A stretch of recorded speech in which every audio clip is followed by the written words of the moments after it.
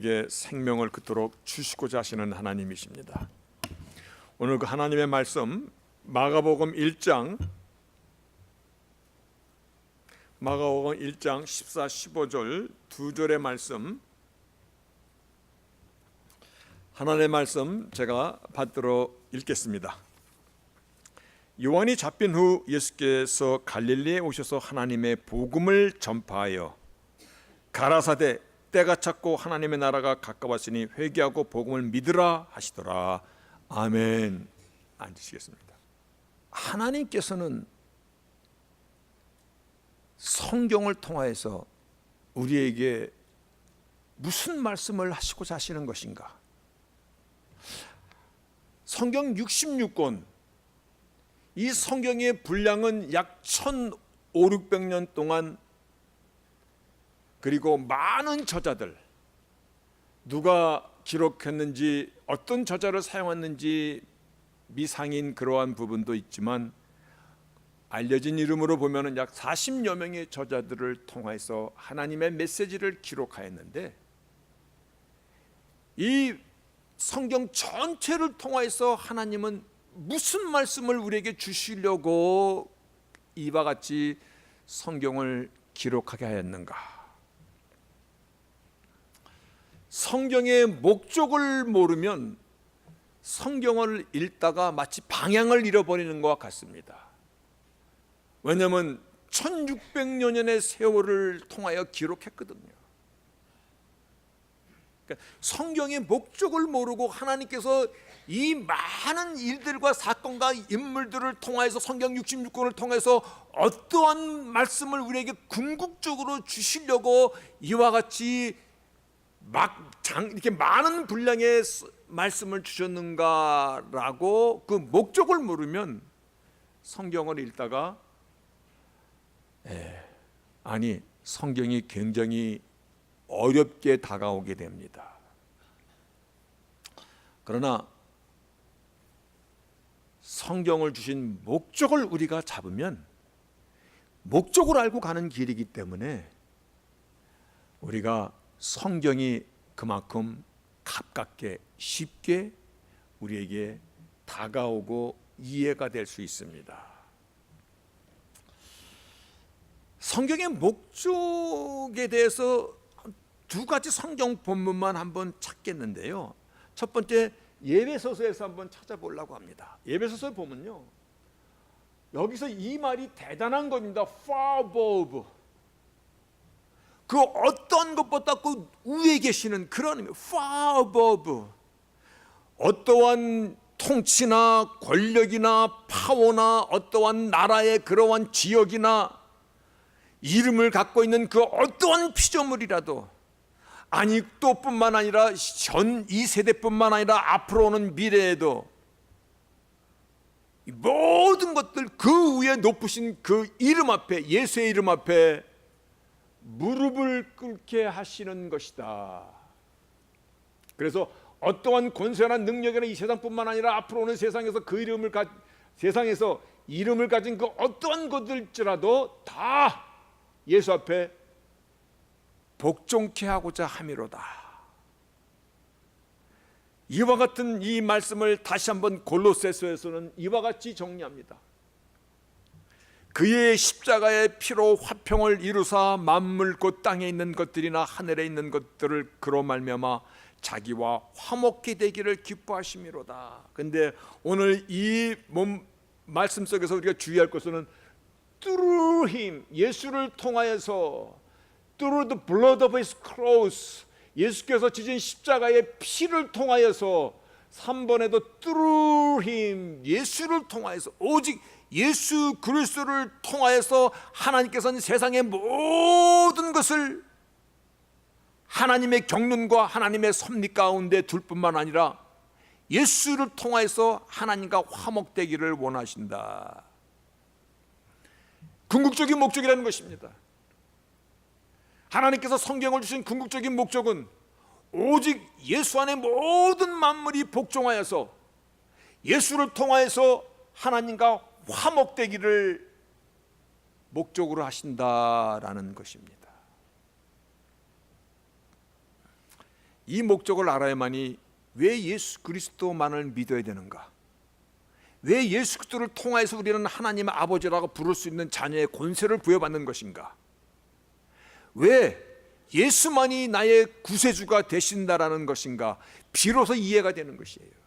성경의 이 목적을 우리가 분명하지 않으면 성경의 많은 질문들 가운데 우리가 길을 잃어버릴 수밖에 아니, 길을 잃어버리기가 아주 쉽다라는 것입니다.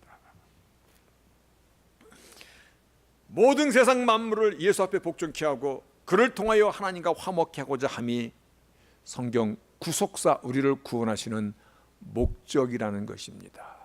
그 목적이 분명할 때 왜 예수 그리스도만이 우리의 주가 되시고 구세주가 되시고 왜 예수 그리스도만을 믿어야만이 우리가 구원을 받을 수 있는가라는 그 답을 찾을 수 있습니다. 그래서 지금 마가복음을 3주 동안 계속 1장 1절의 본문을 3주 전에 보았고, 지난주에는 1장에서 11절을 통하여서 세례에 대한 의미를 나눴고, 오늘 또한 이어서 회개하여 복음을 믿으라는 말씀으로 말씀을 나누고자 합니다. 하나님께서 인간에게 주시는 하나님의 굿뉴스, 가장 심플하고 정확하게 정의한 것이 마가복음 1장 1절입니다. The beginning of the gospel about Jesus Christ, the Son of God. 바로 이 간단한 말씀, 이 간단한 문장, 이 간단한 한 말씀, 복음에 대한 가장 파운데이션, 복음의 시작이라고 한다면 예수에 관한 것인데, 예수께서 하나님의 아들이심에 관한 것이다라는 이 말씀, 오늘도 복음에 대한 이 간단한 정의 속에서 너희가 회개하여 복음을 믿으라는 이 의미를 함께 찾아갈 것입니다. 오래전에 대장금이라는 사극을 아주 재미있게 봤습니다. 근데 그 극 중에 나오는 대사 가운데서 아주 제 마음 가운데 빙고 하고 착 들어오는 대사가 하나가 있었는데, 아마 여러분들도 들으면 아하 하고 그런 분이 계실 겁니다. 어떤 대사였냐면 이런 대사였습니다. 음식을 하는 사람에게 도리가 있듯이 음식을 먹는 사람에게도 도리가 있습니다. 무슨 말인가 하냐면, 음식을 하는 사람이 이 음식이 사람 몸에 나쁜 것을 알면서도 사람들이 맛있어하고 좋아하니까, 이 음식이 사람 몸에 해가 되는 것을 알면서도 사람이 좋아한다는 이유로 만들면 안 되는 것이 음식을 만드는 사람의 도리이고, 또 음식을 먹는 사람은 음식을 만든 사람의 정성과 함께 맛있게 감사히 먹어야 되는 것이 도리이다. 무슨 말씀인지 이해가시죠? 음식을 만드는 사람은 이것이 사람이 아무리 좋아한다 해도 몸에 해로운 것을 알면은 그거로 음식을 만들면 안 되고, 음식을 먹는 사람은 일단 감사히 그리고 맛있게 먹는 것이 도리이다. 여러분들도 설교를 들을 때요, 이 말씀이 복음에 의한 복음에 관한 것이라면, 예수 그리스도에 관한 것이라면요, 어떻게 먹어야 돼요? 맛있게 감사히. 그런데 우리가 생각해 보니까요, 이 유한한 머리, 세상 가운데 늘 젖어 살던 우리가 무한하신 그 하나님의 거룩하신 말씀 앞에 투정하고 맛이 없다 그러고 졸립다 그러고 재미없다 그러고, 자기 입에 맞는 것만 먹고자 했던 편식하지 않았다라고 말할 수 없는 것이 우리가 말씀을 대하는 자세였는데, 그런데요, 이사야 에스겔 3장에서요 이렇게 가르쳐 줍니다. 에스겔 3장의 파수꾼의 비유를 통해서 하나님께서 말씀하시기를 인자야 너는 받는 것을 먹으라. 너는 이 두루마리를 예전에는 성경이 책으로 나오지 않았고 이렇게 양피나 이렇게 파피르로 두루마리 스크롤로 만들었거든요. 이 말씀을 먹고 가서 이스라엘 족속에게 고하라. 그래서 내가 입을 벌리니 그가 그 두루마리를 내게 말씀을 먹이시는데 내게 이르시되 뭐라고 말씀하시냐면 내가 주는 이 두루마리로, 이것은 즉 무슨 얘기냐면은 스크롤 성경 말씀입니다. 이 두루마리로 내 배에 넣으며 내 창자에 채우라. 말씀을 통째로 먹으라는 것입니다. 너가 좋아하고 싫어하고 편식하는 것이 아니라 내가 주는 이 말씀을 너는 통째로 받아 먹으면 그러면 그것이 내 입에서 달기가 꿀 같더라. 내 영혼 가운데 생명이 되는 너를 살리는 그러한 말씀이 되리다라는 것입니다. 말씀을 대할 때 어떻게 먹어야 돼요? 어떻게 대해야 돼요? 복음이라면, 하나님의 말씀이라면 오늘 그 말씀을 통째로 내 배에 내 창자에 채우라라는 것입니다. 우리는 정말 이 시대가 말씀 앞에 우리가 어떤 자세로 설 것이어야 된 것을 스스로 내 자신을 점검해야 됩니다. 믿음은 들음에서 나는 것이고 들음은 그리스도의 말씀이다. 그리스도의 말씀이라는 건 복음이라는 것입니다. 왜냐하면 복음은 about Jesus, the Son of God, 하나님의 아들에 관한 것이기 때문에 믿음은 들음에서 나며 들음은 그리스도의 말씀 즉 복음에 관한 것이다. 오직 복음을 들어야 되고 복음을 먹어야 되고 강대상에서는 복음이 선포되어야 되는데 우리가 살아가고 있는 이 시대가 무엇이 제일 많어? 정크푸드. 아침에도 정크푸드, 점심에도 식당, 저녁에도 정크푸드. 그러다 보니까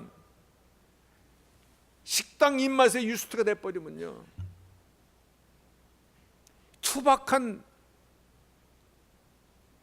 된장국 혹은 투박한 그런 우거지국이 입에 잘 안 맞아. 그러다 보니까 설교가 무슨 리더십의 강자처럼 돼가 강대상에서 심리학을 말하고 마케팅의 전략을 얘기하고 어떻게 해야 교회 사람들을 많이 데리고 올 수 있는가는 이러한 그런 수단 같은 것들이 선포되고 정크푸드죠. 그런데요 복음은 복잡하지 않습니다. 오히려 너무나 간단 명료해서 이게 답니까? 라고 물어볼 정도입니다. 오늘 본문이 그것을 증거해 주고 있습니다. 요한이 잡힌 뒤에 예수께서 갈릴리에 오셔서 하나님의 복음을 전파하여 예수께서 복음의 본질 되시는 예수께서 하나님의 복음을 프리칭 설교하시기를 어떻게 설교하셨냐면 이렇게 설교하셨어요. 때가 찼고 하나님의 나라가 가까스니 회개하고 복음을 믿으라. 때가 찼고 하나님의 나라가 가까웠으니 회개하고 복음을 믿어라. 복음이라면 그 예수 그리스도에 관한 것인데 복음을 믿으라는 것은 회개하여 예수를 믿으라라는 것이 복음의 예수께서 전하신 복음의 내용이에요. 얼마나 간단합니까? 간단하죠? 회개하여 복음을 믿어라.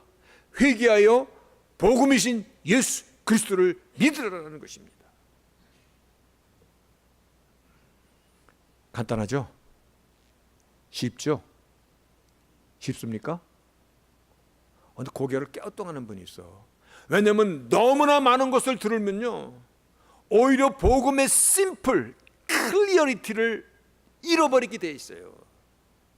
복음은 복잡하지 않습니다.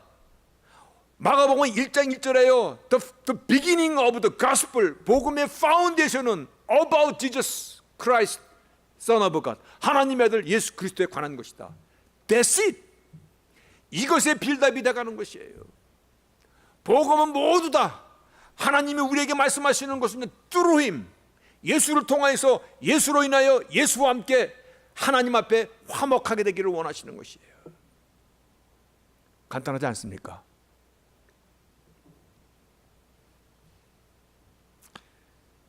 복음을 믿기 위하여 회개부터 하라고 말씀하십니다.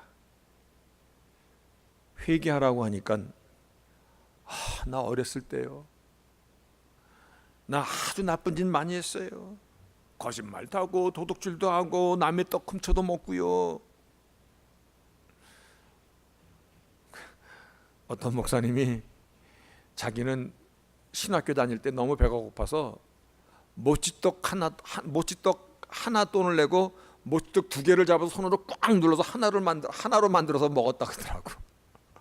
그거 도둑질한 거 회개합니다 그러더라고. 생각해 보니까 모찌떡 2개를 꽉 잡으면은 물렁물렁하니까 하나처럼 만들어질 수 있단 말이야. 그래가지고 한 입에 탁 들어가면은 입에 있는 거 뱉을 수도 없고. 그런데 복음을 믿기 위해 먼저 회개하라는 것은 그런 얘기가 아니라 지금 잘못 조준돼서 날아가는 화살의 방향을 바꾸라는 것입니다. 처음부터 잘못 조준된 것, 이걸 방향을 바꾸지 않으면 화살이 계속 잘못된 대로 날아간다는 것입니다. 무슨 얘기냐면 회개하라의 헬라말 메타노니아는 말은요, 메타노니아는 예수에 대한 너의 생각과 마음을 바르게 정립하라는 것입니다. 예수가 누군가에 대한 이 생각을 바르게 가져야 된다는 것입니다. 너희가 십자가에 못 박힌 그 예수, 저 예수를 십자가에 못 박지 않으면 안 된다라고 아우쳤던 그 너희들이 그때 예수를 십자가에 못 박을 때 하나님의 아들은 절대 아니고 그분은 크라이스트 메시아가 될 수 없다라고 생각했던 그 잘못된 생각에서 돌이키라는 것입니다. 그래서 로마서 10장에 보면요, 누구든지 주의 이름을 부른 자는 구원을 얻으리라. 이 말씀은요, 하나님의 아들이신 예수를 십자가에 달아 죽이면서 절대 잘못될 리가 없다, 절대 이 피값이 잘못될 리가 없다, 저는 죽어야 마땅하다라고 십자가에 못 박아 죽었을 때 그때 뭐라고 얘기했냐면요, 만약에 이 피가 잘못된 것이라면 우리 머리뿐만 아니라 우리 자손의 대대로 이 피값을 물려라 그랬습니다. 그게 무슨 얘기냐면 절대로 예수의 십자가의 죽음은 마땅하다라고 그렇게 외쳤던 것입니다. 그런데요, 이 사실에 대해 베드로가 성령의 감동으로 사도행전 2장 첫 번째 설교할 때 이렇게 설교합니다. 성경이 이렇게 기록하고 있습니다. 오순절날 성령 강림으로 인하여 베드로가 외치기를 이스라엘 온 집이 정령할지니 너희가 십자가에 못 박은 이 예수를 하나님이 주, the Lord, 그리고 그리스도, 주와 그리스도 즉 메시아가 되게 하셨느니라. 저들이 십자가에 못 박으라고 아우성치며 예수를 죽였던 저들이 이 말을 듣고 마음에 찔려 베드로와 다른 사도들에게 물어 가로되 형제들아, 우리는 어쩌면 좋으냐? 우리가 이미 다 저질러 버렸는데. 그랬을 때 베드로가 뭐라고 얘기하냐면 너희가 회개하여 각각 예수 그리스도의 이름으로 세례를 받고 죄사함을 받아라. 그리하면 성령을 선물로 받으리라. 너희가 회개하여, 너희가 빵 훔쳐먹고 남의 돈 띄어먹은 거 그거 얘기하는 것이 아니에요. 너희가 예수에 대해서 잘못 생각했던 것을 여기서 예수에 대해서 바르게 생각하고 그겁니다. 그리고 그의 이름으로 세례를 받으라. 지난주에 세례에 대해서 말씀하셨어요. 그분만이 나를 죄를 사해줄 수 있는 하나님이심을, 참 생명의 주가 되시는 하나님이심을 믿고 그분을 고백하고 믿고 영접함으로 말미암아 그러면 성령 하나님께서 나의 이름을 생명록 위에 기록해 주시리라. 그거예요. 이 말씀을 오늘 예수님께서도 회개하고 복음을 믿으라. 아멘. 그 말씀을 하시는 것이에요. 구원에 이르는 회개는요, 예수에 대한 너의 마음과 생각을 바꿔라. 그분이 주 그리스도, 구세주 너의 하나님으로 믿고 구원을 선물로 받아라. 그러기 위해서 하나님의 아들 예수께로 먼저 돌아와야 되는 것, 잘못된 길에서 돌아와야 되는 것, 메타노이아, 회개라는 것입니다. 그리스도 예수께 돌아오지 않는 것은요, 하나님을 대적하는 것이고 십자가의 희생을 웃음거리로 만드는 것이고, 로마 병정이 채찍으로 예수의 등판을 때렸던 것보다 더 악독한 것이 예수께 돌아오지 않는 것이라고 한번 생각해 보시기를 바랍니다. 하나님을 대적하는데 어떻게 하나님의 페이버, 하나님의 은혜를 받을 수 있겠어요? 마음을 바꾸고 돌아와서 복음이신 예수를 믿는 것입니다. 아멘. 아멘. 지금 여러분 복음의 메시지를 듣고 있는 것입니다. 어느 시간이든지 누구든지 하나님 우리를 받아주십니다. 이거는 무슨 의미냐면 지금 이 순간도 주 앞에 우리가 온전히 돌아와야 하는 순간이라는 것입니다. 나는 이미 돌아왔어요. 할렐루야, 아멘입니다. 다시 한번 내가 하나님 앞에 돌아갔는가를, 돌아온 사람은 내가 정말 하나님 앞에 돌아왔는가를 자기 자신을 점검할 것이고, 내가 아직까지 세상에 한 발, 교회에 한 발을 들이고 망설이고 서성거리고 눈치 보는 사람이라면 완전히 주 앞에 돌아와야 되는 시간인 것입니다. 사도행전 17장 31절에 이와 같이 말씀하고 계십니다. 알지 못하던 시대에는 하나님이 허물지 아니하셨거니와 이제는 어디든지 사람을 다 명하여 회개하라 하셨다. 이제는 어디든지 사람을 다 명하여 회개하라 하셨으니 이는 정하신 사람으로 하여금 천하를 공의로 심판하신다를 작정하시고, 전하신 사람이 누구야? 예수 그리스도로 천하를 심판하실 것을 작정하시고, 그래서 저를 죽은 자 가운데 다시 살리신 것으로 저를 부활하게 하심으로 말미암아 모든 사람에게 이분이 누구신가에 대한 증거를 삼으셨도다. 이것이 로마서 1장 4절에 있는 말씀을 다시 한번 다른 말로 표현한 것이에요. 그러면 다시 한번 묻겠습니다. 예수를 나의 주, 나의 구세주로 믿고 영접하면 정말 나의 죄가 사해질 뿐 아니라 내가 하나님의 자녀가 되고 천국에서 영원히 살 수 있는 것을 믿으십니까? 믿으십니까? 아멘입니다. 이것은 저나 사람의 얘기가 아니라 하나님의 약속인 것이에요. 신실하신 하나님의 약속인 것이에요. 이 약속을 위해서 하나님은 성경을 통해서 그토록 당신의 아들이 십자가에서 정말 고통 가운데 몸부림칠 때도 참고 인내하시고 기다리셨던 것입니다. 왜냐하면 예수 그리스도를 나의 구세주 하나님을 믿고 영접하는 자에게 하나님의 자녀가 되는 권세뿐만 아니라 천국에서 하나님의 나라에서 영원히 이 땅에서도 킹덤 오브 갓이 우리 심령 가운데 나를 온전히 다스리시고, 그리고 나를 온전히 다스리는 나의 삶이 천국에서 영원히 이어질 것을 약속하신 것입니다. 하나님의 약속이기 때문에 반드시 믿으셔야 됩니다. 무한하시고 전능하신 창조주 하나님께서 이와 같은 선물을 우리에게 주실 수 있는 이유는, 다시 한번 반복합니다. 이와 같이 엄청난 죄사함과 천국의 삶을, 영생을 우리에게 선물로 줄 수 있는 그런 모든 근거와 이유는 through him, 예수 때문에, 그분이 나의 죄를 대신하여 십자가에 돌아가셨기 때문에 죄사함에 대해서 문이 열렸고, 우리는 예수를 나의 주 구세주로 영접함으로 말미암아 내가 주를 영접할 때 주께서 나와 함께 연합되어짐으로 인하여서 내 안에 있는 주님의 생명, 내 머리에 씌워진 십자가의 그 보혈로 인하여서 내가 어떠한 죄, 어떠한 허물이 있을지라도 나를 덮어주고 용서해 주시는 것입니다. 그래서 복음의 시작, The beginning of the gospel, 이 말은 The foundation of the gospel과 같은 말입니다. 복음의 가장 기초는 about Jesus Christ, the Son of the God, 하나님의 아들 예수에 가는 것이다. 오늘 메시지는 예수께서 하나님의 아들 그리스도 메시아심을 믿는 믿음으로 돌아와야 하나님의 모든 페이버를, 은혜를 받을 수 있는 것입니다. 아멘. 이것이 첫 번째 메시지입니다. 여기까지가 사실 근본적인 것입니다. 그런데요, 오늘 예수님께서 한 말씀을 더 하십니다. 때가 찼고 하나님의 나라가 가까웠으니 회개하여 복음을 믿어라. 그렇게 말씀하시거든요. 때가 차고 하나님의 나라가 가까웠다. 시간적인 의미도 되지만 하나님의 예언이 이 땅에서 이미 거의 다 이루어졌다라는 것입니다.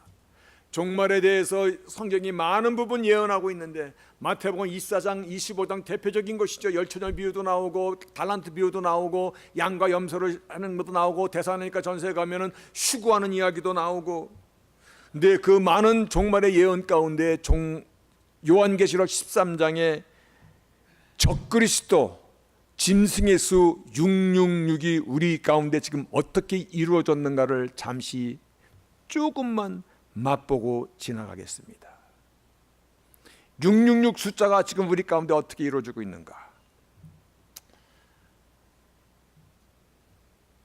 10여 년 전만 해도요, 멀지도 않아. 10여 년 전만 해도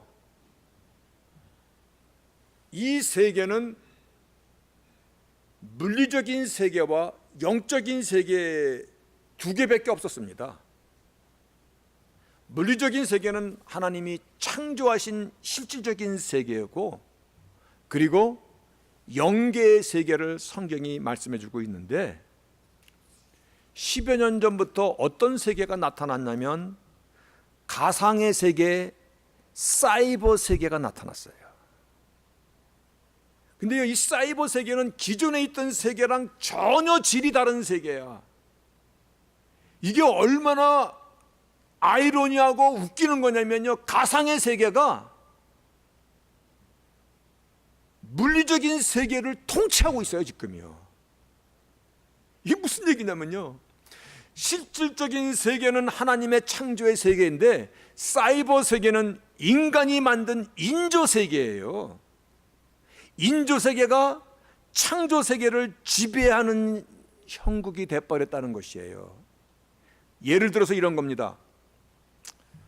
은행에서 돈을 찾고 백화점이나 마트에서 쇼핑을 하고 비행기가 뜨고 기차가 가고 무기를 통제하고 병원이나 학교나 회사나 누가 통제해요? KTX 누가 통제해요? 고속열차? 사이버 세계가 통제하고 있어요. 가상의 세계가 실질적인 세계를 지배하고 있는, 그러다 보니까 지금 뭐가 유행해요? 사이버머니. 뭐예요? 몰라요? 비트코인. 비트코인 하나가 한때는 2만 불도 넘어갔었어요. 엄청난 세계로 바뀌고 있는 것이에요. 이게 자연스럽게 이렇게 나타났다고 생각하시면 안 됩니다. 컴퓨터는 숫자의 조합으로 이루어지는 것입니다. 그렇죠? 컴퓨터는 다 숫자예요. 숫자도 1212 갖고 다 만드는 거예요. 다시 말하여 숫자가 세상을 지배하는 시대로 들어왔다는 것입니다. 지금 숫자가 세상을 지배하는 시대로 돌아왔어요. 근데 안 놀라시네. 666 사람의 숫자입니다.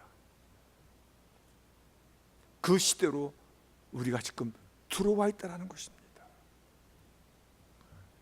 이게 계시록 13장 짐승의 수 666으로 세상에 정말 지금 이 예언까지 들어와 있는 것이야.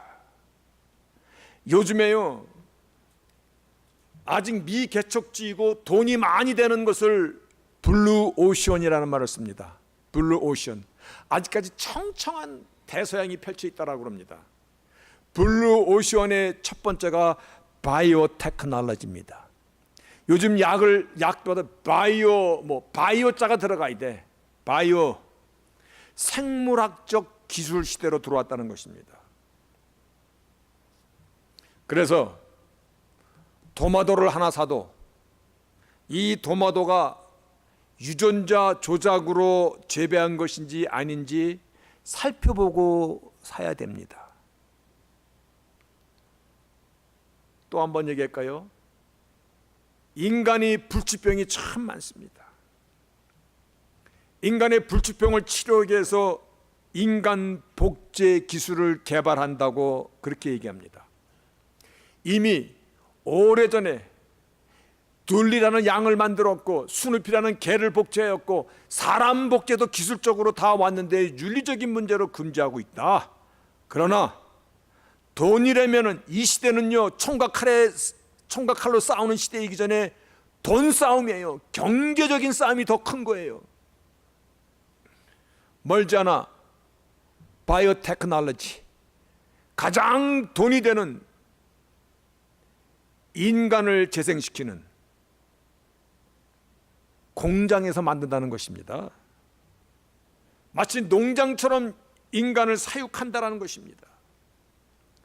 건강한 심장도 팔고 콩팥도 팔고,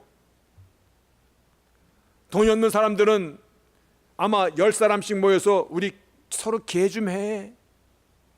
서로 개 가지고 개돈 타갖고 인간 농장에서 사람을 하나 사서 신체를 분해해서 심장도 나눠갖고 콩팥도 나눠갖고 허파도 나눠갖고 눈 나쁜 사람은 눈도 나눠갖고 인간이 하나님의 주권에 도전했던 바벨탑을 쌓는 사건이 지금 그대로 재현되고 있다는 것입니다. 그래서 때가 찼다라는 얘기를 해도 time is fulfilled. fulfilled라는 것은 하나님의 예언의 말씀들이 다 성취됐다 이 말씀입니다. 우리가 지금 그런 시대에 살고 있다는 것입니다. 때가 찼으니 하나님의 나라가 네 손앞에 있으니 그러니 회개하고 복음이신 예수 그리스도 앞에 돌아오라라는 것입니다. 이머전시 콜이에요. 누가복음을 읽다 보면은 이러한 대목이 나옵니다. 누가복음 4장 19절에요. 이게 요 대목입니다.